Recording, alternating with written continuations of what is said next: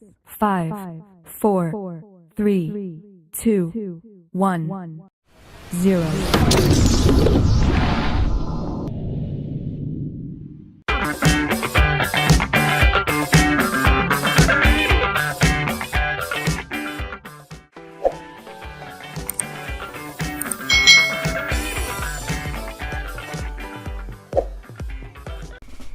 Hai, selamat datang di channel YouTube Kak Citra. Apa kabar adik-adik semuanya? Kak Citra berharap kalian dalam keadaan yang baik, sehat, dan siap untuk belajar ya. Hari ini kita akan belajar bersama-sama untuk mata pelajaran tematik kelas 6. Kita belajar di tema 9, menjelajah angkasa luar, subtema 2, benda angkasa luar dan rahasianya, pembelajaran yang kedua. Mari adik-adik kita belajar dengan penuh semangat ya. Adik-adik, masih banyak rahasia di luar angkasa nih yang belum kita pelajari adik-adik. Nah, rahasia di luar angkasa itu perlu dipelajari, lalu perlu dicari tahu adik-adik. Langit yang membentang sangat luas itu memiliki misteri yang pasti menyenangkan untuk diketahui. Nah, kita telah mengetahui bahwa bumi bukanlah satu-satunya planet di tata surya. Kita juga telah mengetahui bahwa tata surya hanya salah satu dari sekian banyak sistem yang ada di alam semesta. Nah, kedua hal tersebut semakin membuat kita itu menyadari betapa manusia itu hanyalah bagian yang sangat kecil dari semesta alam. Adik-adik, ayo kita cari tahu lebih lanjut tentang alam semesta nih adik-adik. Nah, di sini kita akan mempelajari yang namanya bintang jatuh adik-adik. Nah, yuk kita pelajari fakta-fakta tentang bintang jatuh. Nah, adik-adik, ketika kita sedang memandangi langit malam yang cerah bertabur bintang, mungkin kita akan melihat bintang jatuh yang bergerak begitu cepat. Tetapi benarkah itu benar-benar bintang yang jatuh? Mengapa disebut bintang jatuh? Yuk kita cari tahu bersama. Sebuah bintang jatuh sebenarnya ada namanya adik-adik ya. Namanya adalah meteorit ya. Meteoroid ya, meteorit ini tersebut itu terbakar saat mencoba memasuki atmosfer bumi.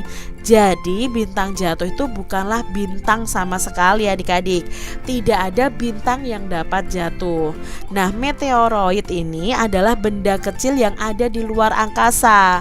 Ukuran meteoroid ini mulai dari sebutir pasir hingga berdiameter sebesar 10 meter. Wah, sangat besar ya adik-adik ya.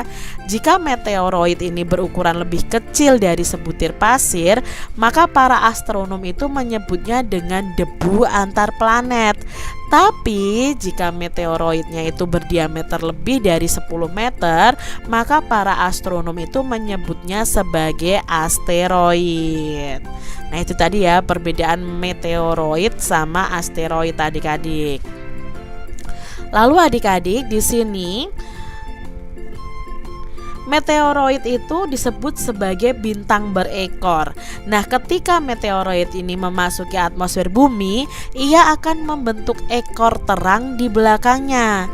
Ekor atau garis terang di belakangnya itu disebabkan karena meteoroid ini yang bergesekan dengan atmosfer bumi. Gesekan dengan atmosfer ini ditambah kecepatan yang tinggi ketika meteoroid ini memasuki bumi, menyebabkan suhunya naik dan membuatnya berpijar seakan bercahaya adik-adik. Nah, meteoroid ini yang berpijar tersebut tampak dari bumi seperti bintang yang bergerak atau disebut dengan bintang jatuh. Padahal itu bukan bintang jatuh adik-adik ya, karena ada gesekan antara meteoroid dengan atmosfer bumi.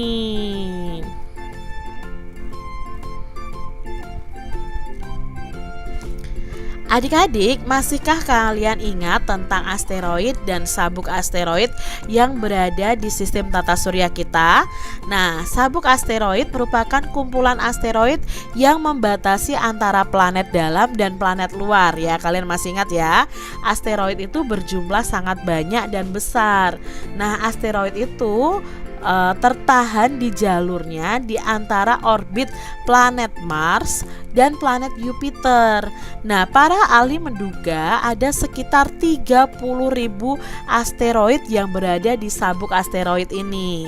Nah, asteroid juga diduga sebagai planet yang tidak jadi. Oleh sebab itu, ukuran diameternya itu bervariasi antara 10 meter hingga 30 km. Wah, sangat besar ya adik-adik ya. Nah, asteroid ini mempunyai ukuran yang lebih kecil dibanding planet, tetapi berukuran lebih besar dibanding dengan meteoroid. Adik-adik, berdasarkan bacaan tadi, mari kita mencari tahu ya. Jelaskan apa yang kamu ketahui tentang beberapa hal berikut ini. Nah, adik-adik, di sini apa itu meteoroid, apa itu asteroid, apa itu meteor. Nah, meteoroid itu adalah benda langit yang melayang-layang bebas, tidak mengelilingi benda apapun.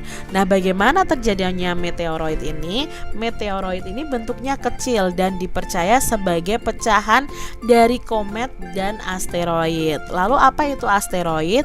Nah, asteroid adalah benda langit yang mengelilingi matahari. Asteroid ini mengandung sedikit logam seperti nikel dan besi. Nah, bagaimana terjadinya asteroid ini? Asteroid ini terbentuk dari objek yang tersisa dari pembentukan tata surya. Debu yang tidak mampu menjadi planet akan menjadi asteroid dan ukurannya itu lebih besar dari meteoroid.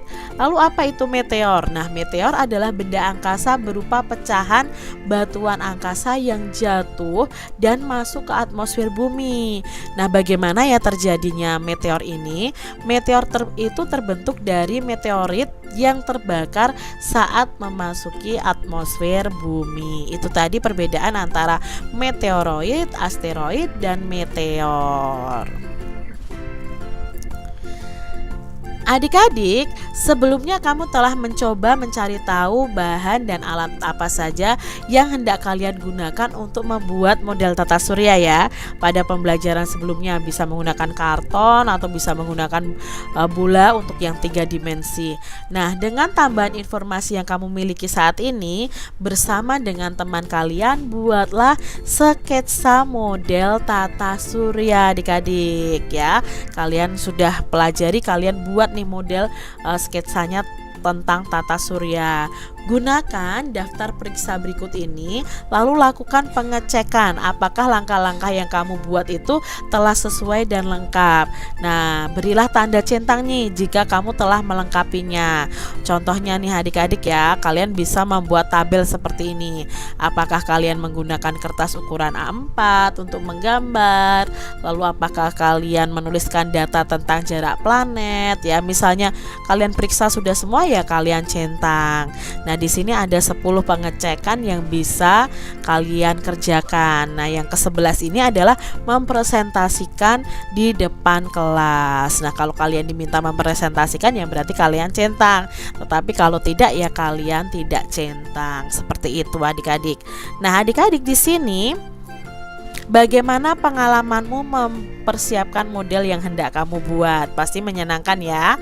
Apa saja sih manfaat yang kamu peroleh pada saat kamu mempersiapkannya? Nah, ketika kita mempersiapkannya, kita jadi tahu bahan-bahan apa yang kita perlukan untuk membuat model tata surya. Lalu kita juga bisa bekerja sama dengan teman-teman kita tentunya ya adik-adik ya. Nah, apakah manfaat yang kamu peroleh dengan mempresentasikannya di hadapan teman-temanmu? Misalnya nanti diminta untuk mempresentasikan hasil model tata surya kalian, otomatis ada manfaat untuk kalian. Kalian berlatih untuk percaya diri. Lalu teman-teman kalian akan menilai hasil presentasi kalian, sehingga kalian bisa membenahi kekurangan-kekurangan ketika kalian mempresentasikan. Lalu apa manfaat yang kamu peroleh ketika kamu meminta mereka memberikan masukan kepadamu? Tentunya kalau orang memberikan masukan kepada kita, itu berarti orang tersebut ingin karya kita lebih baik lagi. Jadi manfaatnya ya sangat bermanfaat ya untuk kita untuk bisa memperbaiki karya-karya kita selanjutnya adik-adik. Nah, tahukah adik-adik bahwa para ilmuwan pun melakukan hal yang sama sebelum membuat model yang sebenarnya. Mereka itu mempersiapkan semua alat dan bahan yang diperlukan. Mereka juga harus menjelaskan cara membuatnya kepada sekelompok ilmuwan lainnya agar model yang dibuat itu sesuai dengan yang diinginkan. Nah, hasil dari diskusi dan percobaan dari model itu dilakukan oleh para ilmuwan untuk menghasilkan suatu alat. Alat-alat tersebut itu sangat berguna adik-adik dan dimanfaatkan oleh orang banyak untuk memajukan ilmu pengetahuan. Nah, salah satu alat yang ditemukan dan sering digunakan hingga kini oleh masyarakat adalah teropong. Nah, tahukah kamu tentang alat ini adik-adik, tentang teropong ini? Yuk kita cari tahu bersama-sama apa kegunaannya juga. Mari adik-adik ya, kita simak ceritanya berikut ini. Dimas sangat senang mendapatkan kejutan hari ini dari Om Dodi. Nah, pamannya yang baru kembali dari Bandung. Dimas ini mendapatkan sebuah teropong binokular. Nah, benda itu sudah lama ia idam-idamkan. Dimas tahu bahwa ia hampir tidak mungkin meminta dari ayah dan ibu karena benda ini sangat mahal adik-adik. Tetapi pamannya yang bekerja di Boscak Bandung itu membawakannya untuknya sore itu. Nah, ini ya percakapan Dimas dan Om Dedi. Terima kasih Om, Dimas pasti akan menggunakan dan menjaganya dengan baik. Om percaya kepadamu Dimas. Om tahu kamu ingin sekali mengamati bintang-bintang di langit. Makanya Om pilihkan yang lensanya mampu menangkap benda langit, kata omnya adik-adik. Lalu Dimas di sini berkata, "Wah, terima kasih sekali Om. Sebenarnya memang teropong binokular yang seperti ini yang Dimas inginkan," kata Dimas adik-adik ya. Lalu di sini teropong yang tidak hanya mampu menangkap benda jauh di daratan tetapi juga di langit. Pasti mahal ya Om? Tanya Dimas. Ya, benda itu memang mahal, tetapi kalau kamu mau memanfaatkannya dengan baik, rasanya seimbang dengan harganya, karena memang ini harganya mahal adik-adik ya. Lalu di sini alat ini berukuran 12 kali 50. Artinya lensanya itu berdiameter 50 mm dan mampu memperbesar benda yang dilihat hingga 12 kali lipat. Jelas omnya Dimas ini. Seharusnya alat ini mampu digunakan untuk melihat benda langit seperti kumpulan bintang-bintang. Nah, itu ya fungsi dari teropong ini. Lalu Ibu Dimas berkata, "Wah, senang sekali kelihatannya anak ibu ini. Berarti harapan yang pernah kamu ucapkan ketika kamu melihat bintang jatuh beberapa waktu lalu benar-benar terkabul ya, Dim," kata ibu. "Oh ya, di mana Dimas melihat bintang jatuh? Rasanya sulit melihat bintang jatuh kalau di daerah sini," tanya omnya Dimas. "Waktu kami pergi ke puncak bukit di seberang pulau itu Om, peristiwanya sudah cukup lama," jelas Dimas. Dimas melihatnya seperti bintang jatuh tetapi cepat sekali. Nah, di sini lalu Dimas ingat kata orang kalau kita melihat bintang jatuh dan mengucapkan keinginan atau harapan kita, maka keinginan atau harapan tersebut akan menjadi nyata. Jelas Dimas ya adik-adik ya, yang percaya dengan harapan kalau melihat bintang jatuh, kalau dia berdoa keinginannya akan tercapai. Nah, itu mitos Dimas. Mitos itu hal yang tidak benar ya. Jangan percaya. Om tahu karena diberitahu oleh ibumu, jawab omnya Dimas ini. Jadi ibumu mengatakan bahwa kamu itu sangat menginginkan sebuah alat untuk mengamati benda langit.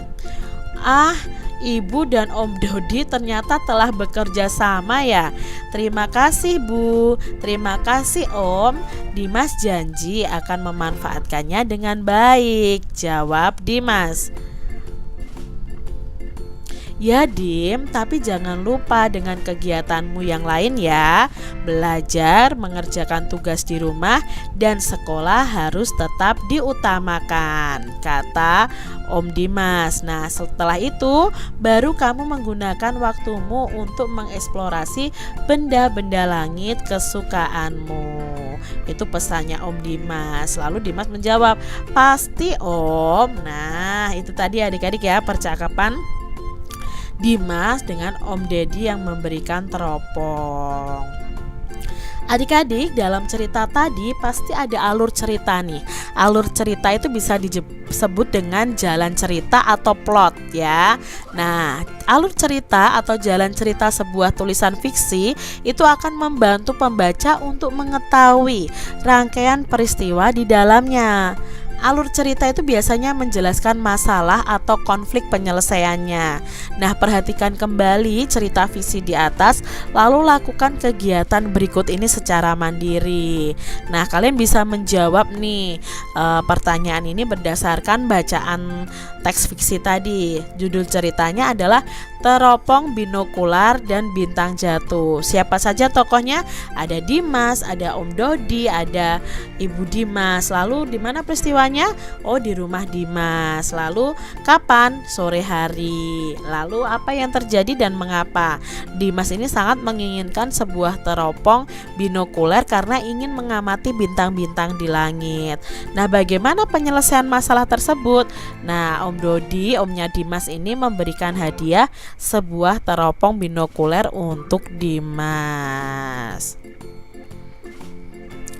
Adik-adik, bacalah kembali nih ya bacaan di atas tadi ya. Kalian bisa baca kembali di buku kalian masing-masing ya bacaan tadi. Nah, kalian ceritakan, bayangkan ya kalau kamu ada di dalam cerita itu dan ingin menjelaskannya kepada teman-teman kalian dengan menggunakan sebuah gambar. Nah, gunakanlah imajinasi kalian untuk membuat gambar yang menjelaskan tentang cerita di atas. Nah, contohnya dari Kak Citra ini nih adik-adik ya.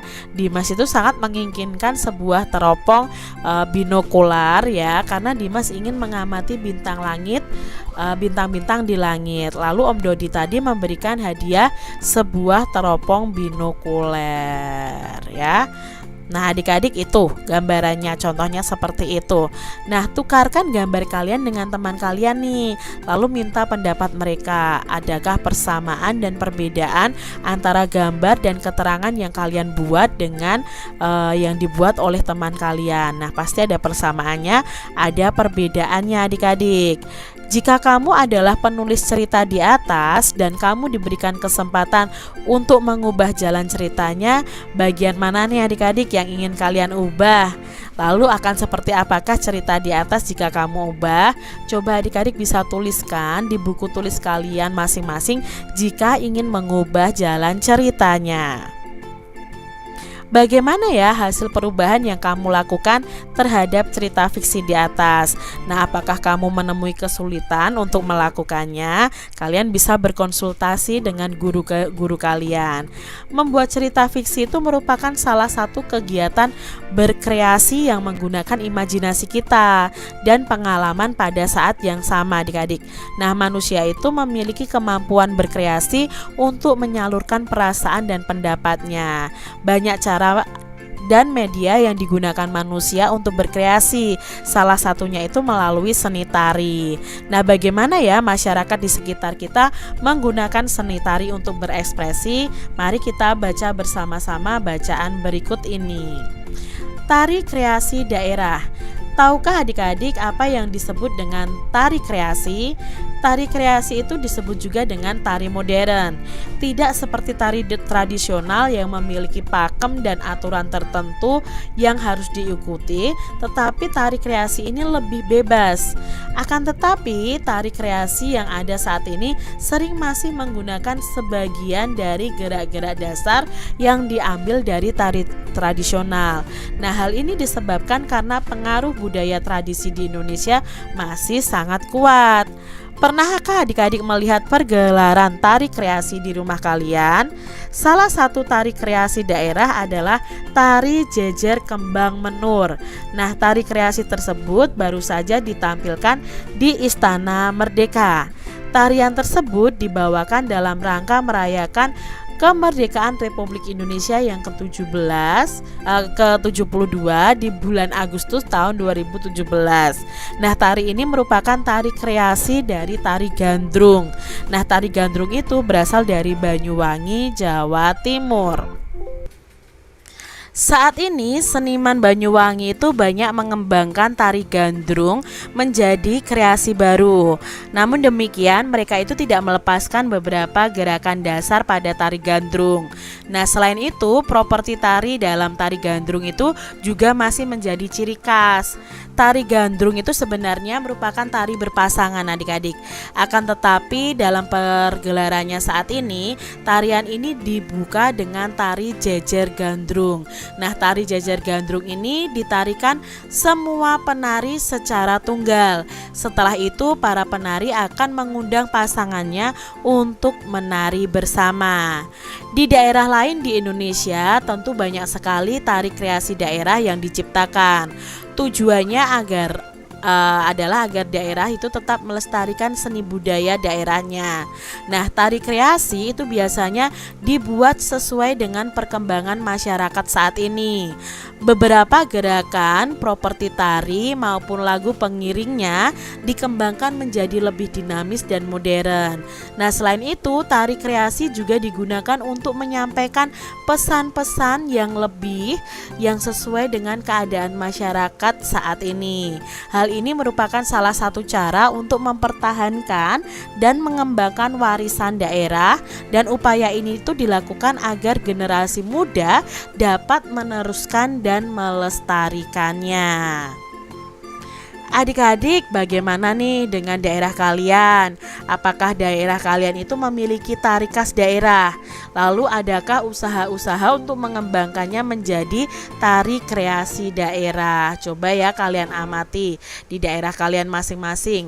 Lalu cari tahu nih ya tari khas yang dijadikan acuan untuk membuat tari kreasi tersebut. Kalian bisa mengumpulkan informasi tentang tari khas dan tari kreasi tersebut. Nah, contohnya nih adik-adik ya, tari kreasi daerah yaitu tari Yapong. Nah, tari Yapong ini berasal dari Jakarta yang awalnya diciptakan oleh Bagong Kusdiardjo yang dalam pementasan ulang tahun Jakarta ke-450 tahun. Nah, properti tarinya itu ada selendang, ada penghias kepala, lalu ada kalung adik-adik ya, seperti gambar ini. Lalu iringan musiknya adalah iringan tari Manipuren berupa alat musik rebana misalnya seperti itu. Lalu cara menarikannya itu beberapa gerakan Yapong itu diantaranya adalah megol lembehan kanan, lalu enjer loncat, dan singgetan ngigel. Ini ya, seperti ini gerakannya. Lalu tata riasnya itu di dalam tari yang satu ini, wajah penarinya itu diberi riasan semenarik mungkin dengan menambahkan bedak pada kedua pipinya. Nah, asal daerahnya itu dari Jakarta, itu dari tari Yapongnya adik-adik. Kalian bisa sesuaikan dengan tari daerah kalian masing-masing. Demikian tadi adik-adik pembahasan kita di tema 9, subtema 2 pembelajaran yang kedua. Semoga video pembelajaran ini bermanfaat untuk adik-adik semuanya, dan sampai jumpa lagi di video pembelajaran Kak Citra selanjutnya. Tuhan memberkati. Jangan lupa tekan tombol subscribe, lalu tekan loncengnya, tekan juga tombol like, lalu share ke media sosial kalian. Jangan lupa untuk ikuti media sosial Kak Citra. Terima kasih.